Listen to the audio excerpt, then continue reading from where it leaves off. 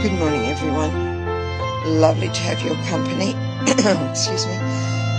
Let's get started by namaskaring, tying up our Kundalini and putting ourselves into Bandhan. Jai Shri Mataji.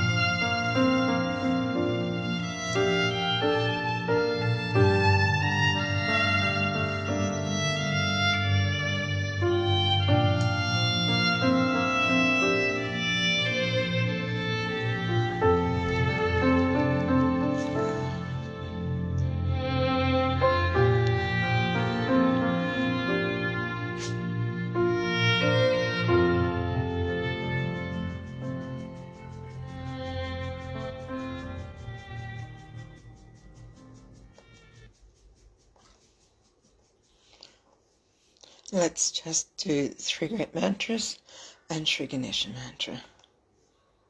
Oops.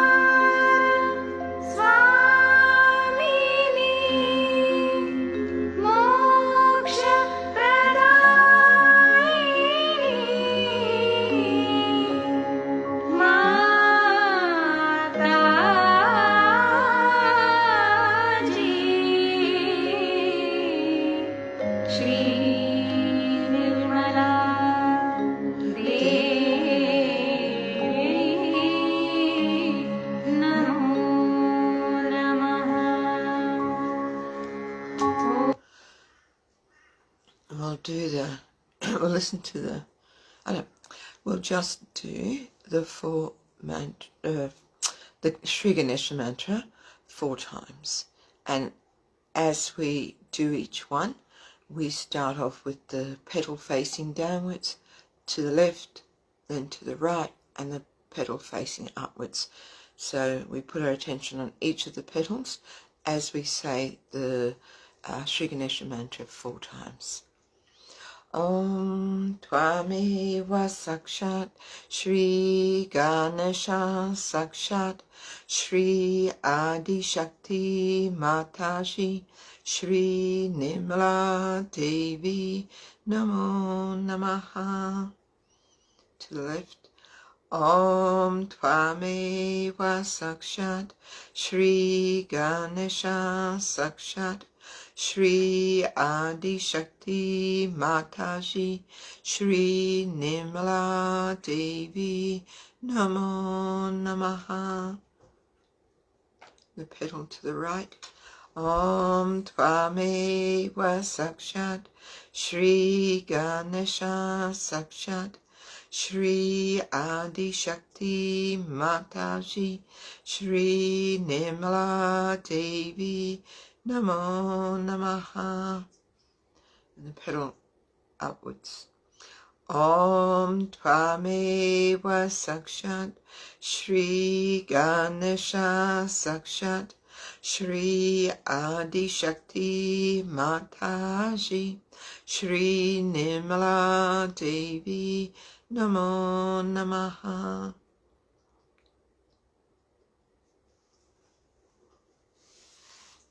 And let's just take a few moments to absorb those vibrations.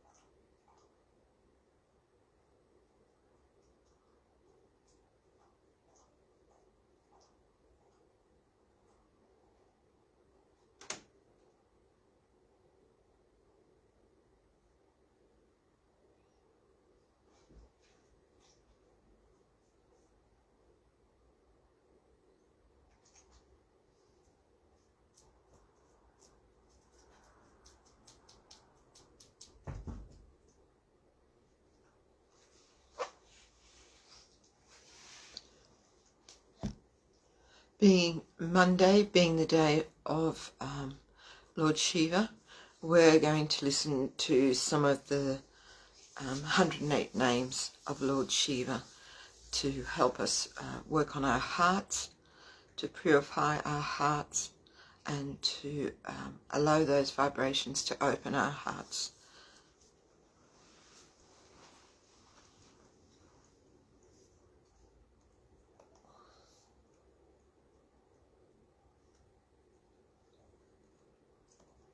Om Shivam Shivakaram Shantam Shivakaram Shivottamam Shivamangar Pranetaram Pranatosmi Sada Shivam. Om Shri Shiva Namaha. Om Shri Shankara Namaha. Om Shri Swayambho Namaha. Om Shri Pashupati Namaha. Om Shri Kshama Kshitra Namaha. Om Shri Priya Bhakta Namaha. Om Shri Kamadeva Namaha. Om Shri Sadhu Sadhya Namaha. Om Shri Rutpundarikasana Namaha. Om Shri Jagathitaishi Namaha. Om Shri Vyaghra Komala Namaha. Om Shri Vatsala Namaha. Om Shri Devasura Guru Namaha. Om Shri Shambhu Namaha. Om Shri Lokuttara Sukhalaya Namaha. Om Shri Sarva Sahaja Namaha. Om Shri Svadhrutta Namaha. Om Shri Ekanayaka Namaha. Om Shri Shrivatsala Namaha. Om Shri Shubhada Namaha. Om Shri Sarva Sattvavalambana Namaha. Om Shri Sharvari Pati Namaha. Om Shri Varada Namaha. Om Shri Vayu Vahana Namaha. Om Shri Kamandalodhara Namaha. Om Shri Narishwara Namaha. Om Shri Prasadasva Namaha. Om Shri Sukha Nila Namaha. Om Shri Naga Bhushana Namaha. Om Shri Kailasa Shikhara Vasi Namaha. Om Shri Trilochana Namaha. Om Shri Pinaka Pani Namaha. Om Shri Shramana Namaha. Om Shri Achireshwara Namaha.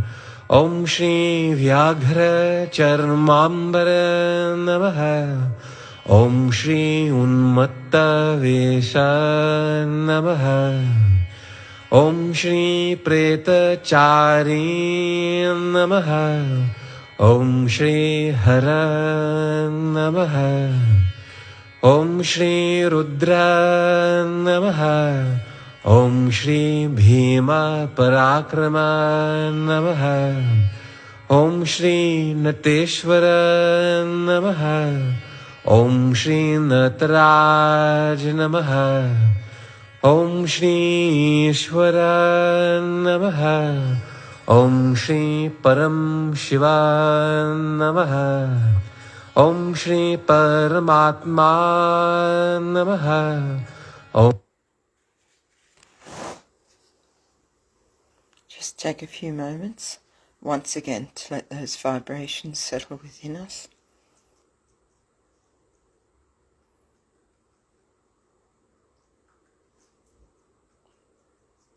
That the pure love of the divine is flowing from our hearts, and that our heart is in our Sahasrara, in our Agya.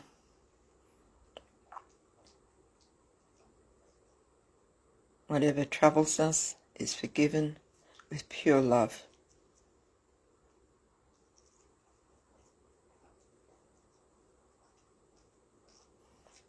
And that our connection is to our spirit, to the divine.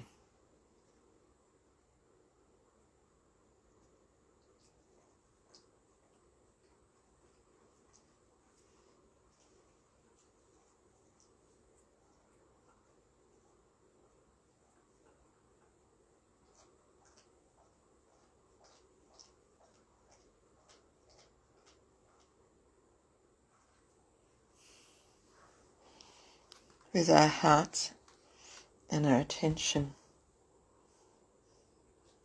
open,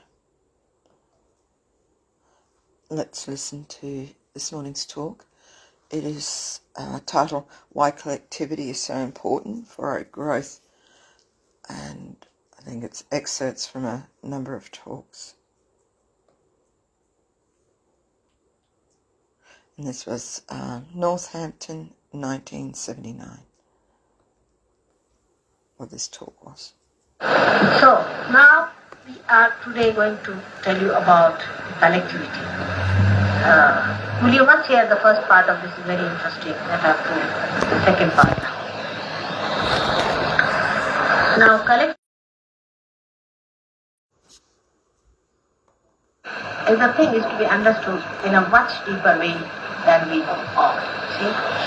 First of all, in collectivity. When we say this body is a collective instrument made out of many cells, alright? Then what do we understand? That first thing is, in collectivity, we must realize that there is interdependence. We have to depend on others. Like she has to depend on her and she has to depend on him. But when it comes to ego, not only that it separates you from each other, that's not the only thing it does, but it teaches you not to be dependent on anyone. You have to depend on others. You have not to exploit others, but you have to depend on others, and others have to depend on you. First thing, very important. On this subject, I'll tell you a little more. So you first of all ascertain yourself how far you are, without feeling bad about it. Because collectivity is the place where you belong. You do not belong to this individual being that you are. You belong to collectivity. And that's why you have to be there. And to be there, you have to face here all the time yourself and find out how far you are away from that collectivity. How far you are deciding things for yourself and not for the collective. You have to be very much on the alert, and this is the discipline you have to put on yourself. But if I tell you, you have to be alert all the time within yourself to see that are you in collectivity? Are you doing something in collectivity or you are doing something for yourself? Do not deceive yourself at this point. Because deceiving yourself means you are deceiving your collectivity. Your chances of being there is beyond which you have achieved. So try to do something which is congenial, helpful to collectivity. The moment you start becoming unaware of your collectivity, immediately cancer starts going in my body. I get physical troubles because of that. So the collectivity is not what you think of yourself to be something big.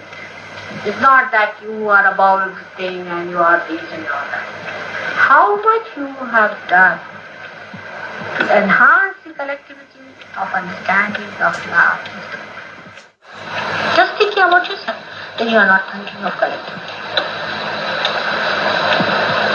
But a person who is collective is the most to self to be something big. It's not that you are above everything and you are this and all that.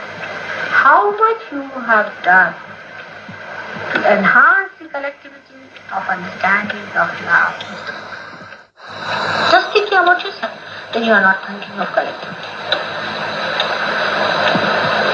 But a person who is collective is the most interesting person.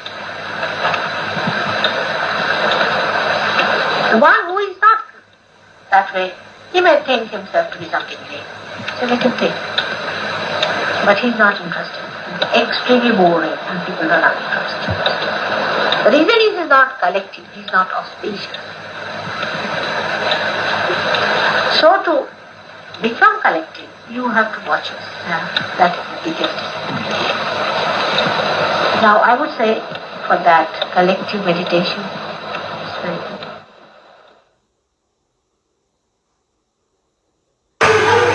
So once you start getting out of the collectivity, it is the Mahakali herself picks you up and starts flowing you out, slowly, to the subconscious area, and there you just disappear. And all kinds of problems start there. I've seen this happening in Africa, that people do not attend the collective. For France, I have the same. And I think the people who do not know will be thrown out. So once you are thrown out into that side, then you can imagine, you can never have any kind of left side in you are adding to the worst. So at any cost, that must be avoided. But if you are not in the collective, if you do not understand the collective, and if you are out of the collective, you will be surprised that negative forces will rise. So this is one of the things that happens. So be very careful that don't avoid the collective programs. In the collectivity, supposing you have one problem, another one has some problem. It just works out, balances. As one figure is cut out, it is useless. Or a nail which is taken out, it's useless. It dies.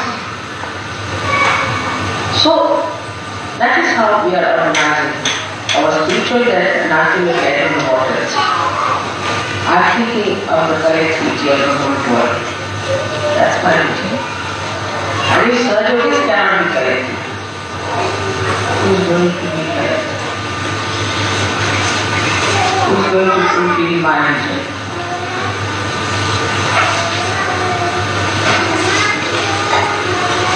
So all of you, those who call themselves surgeries must attend the program. So this collectivity comes only by understanding one. What a great work we are doing.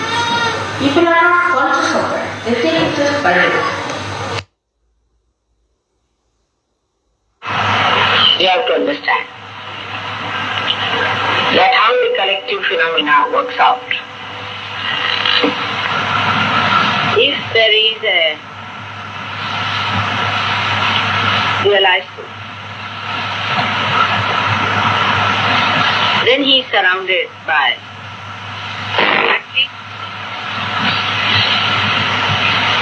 or he wise at least. But in certain cases, when there is a realized soul and is not yet, say, that good, say, for example, if he smokes, take an example, then there could be only one following such a man. If all his chakras are bad and despite he smokes also and he also drinks and things like that, there may be the only one, maybe with him, or may not be even one sometimes. But mostly there's at least one, minimum one you can put it. So every realized soul has got some people with them. And if somebody does some sinful act for a short time, say for example, he does something bad, actually very bad, then all of them might depart for the time being, but they again come back to him. Now when such a man is struggling to have an experience, if there is another positive person, a very positive person comes in, he may be having more people with him. So he may be able to spare some of his people to prop up this man. So it acts like, just like the valencies of the atoms. But the only difference is between the two is that human beings can accumulate as much as they want, they can change. But the atoms cannot change. That when the Sahajogis are collectively there, they really enjoy. Because for the first time you start enjoying human beings. First time. Before this you never enjoyed them. You enjoyed flowers, you enjoyed everything else, but not human beings. Pure enjoyment of human beings starts coming when you become fully realized. That's why collectivity is the only way I can work out Sahaja Yoga. I can't think I can work out through the people who are separated, divided. It is said, Christ has said also, that they said, what have you to do? He said, when you love each other, you have done the greatest justice to me. It's true.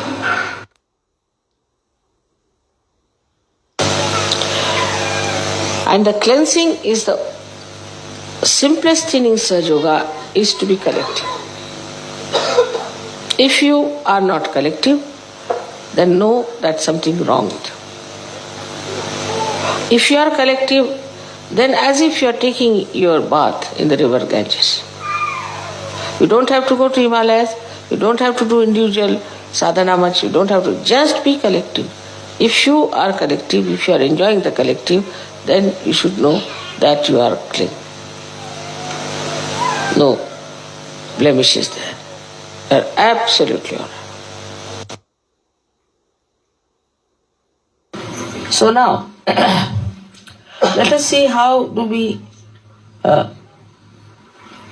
miss out on collectivity. It's a very practical, down-to-earth understanding. First, we must know without collectivity we cannot exist.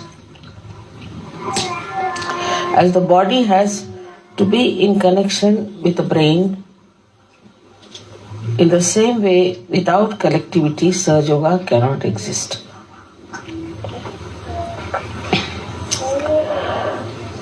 Once you understand that, then you have to work it out that collectivity is absolutely established within and without.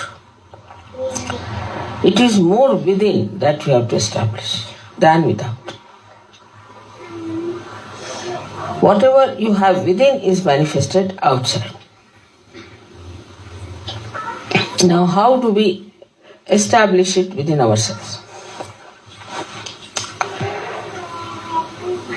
First of all, we have to understand that now we are the relations of each other. So the first thing is that within ourselves, we have to see introspection, with introspection. What are we doing against collectivity in our mind? How our mind is working. And we are one big family together. We are part and parcel of one body. Do not try to see the defects of another person, but goodness of another person.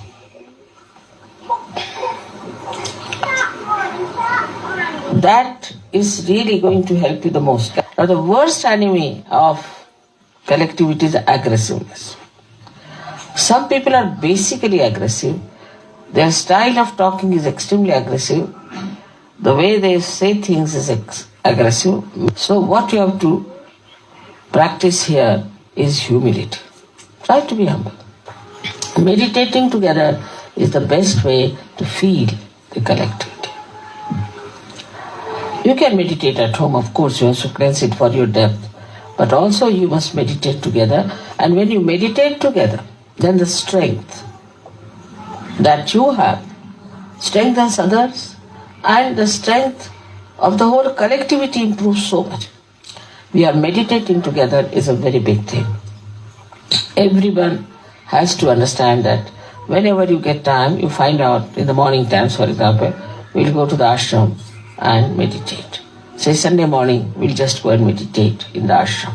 Just for meditation you have to come. Meditate and go away. Because I reside in this ashram. I am here. So leave your homes, come here and meditate. Meditation will help you a lot. Wherever you are together, I am with you. But when you are away from each other, I am not with you. Only in difficulties, when you are pushed into some places where I am not there, where you think I am not there, I am there. But if you deliberately are keeping out of collectivity, I am not with you. So try to grow your collectivity, otherwise you cannot go deep into your own depths. You cannot become a great Sahaja Yogi. You cannot really be called a Sahaja Yogi. Those who have a sense of collectivity can only become that. The joy we were feeling, it was because our Kundalini was dancing. She was so happy. Because what were you asking there? Nothing but the enjoyment of collectivity. Collectivity doesn't mean that we all should be stuck together with some glue or something, or we all become like Gibraltar, rock of Gibraltar. No, it doesn't mean that. It means wherever you are connected. That is collectivity. As soon as there's a problem somewhere, into any part of the world, you are connected and you are effective, you can manage. But if you are not connected and you are just glued together, it's very inconvenient to live under such circumstances. I think people don't even understand the meaning of collectivity. Where there's not the other, ananya, where there's not the other, there's no other personality. This oneness with the whole gives you all the security that you want, all the joy you want. And that's why Kundalini awakening means collectivity. Unless and until you want pure collectivity in your being, Kundalini won't rise. Last but not the least, one must understand that as all the 7 chakras I am working on are in a collective way held by me, by Virata, the quality of Viratangana is that she creates this universal awareness within us, the collectivity. And if you do not realize that in modern times we are in a spiritual path, in a collective way only,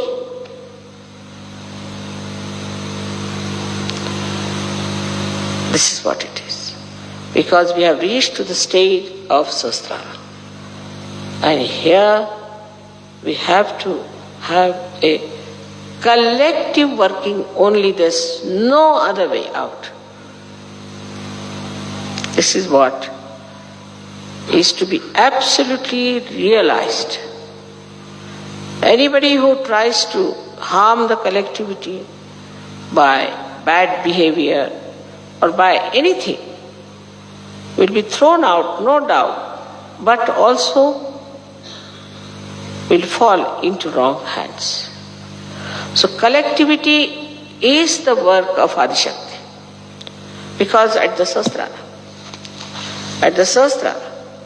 Sahasrara is the rule of Virata. And the power of Virata is the Viratangana, is the one who does collectivity. This is the most important point we must know. If we cannot be collective because of anything, jealousy maybe, inferiority complex, maybe anything which is coming from behind, like a worm crawling up, then know that something wrong with you, nothing wrong with the collectivity. Don't criticize the collectivity till I myself find it out and I'll put it right. Keep to the collectivity wisely and earnestly and try to keep the collectivity together. Try to help to keep the people collective, to enjoy together. Don't criticize each other.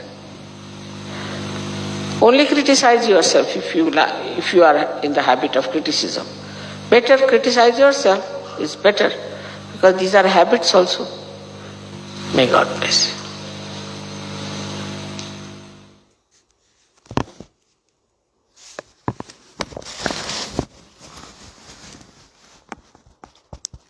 Let us collectively, silently meditate on any disturbances within the collective and taking our attention away from our spirit and from the work of the divine.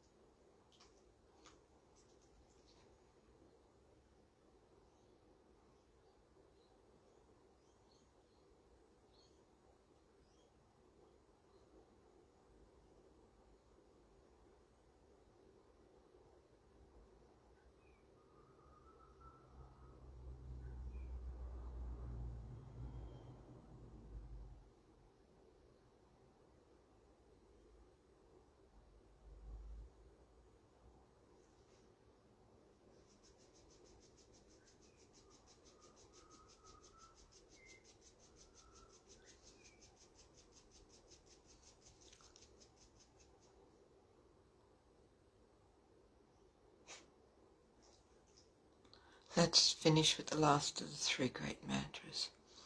Om Om Twameva Sakshat Shri Kalki Sakshat Shri Sahasrara Swamini Moksha Pradaini Mataji Shri Nimala Devi Namo Namaha.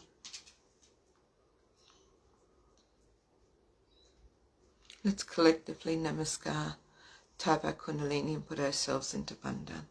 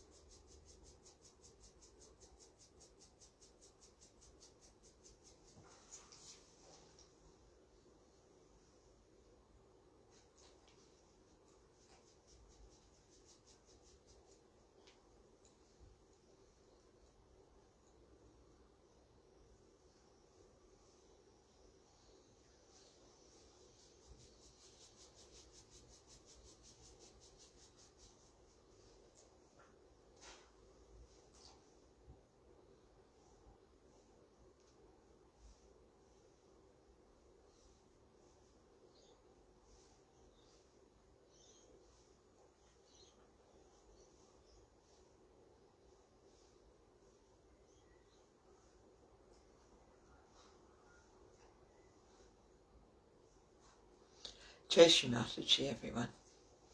Thank you very much for joining.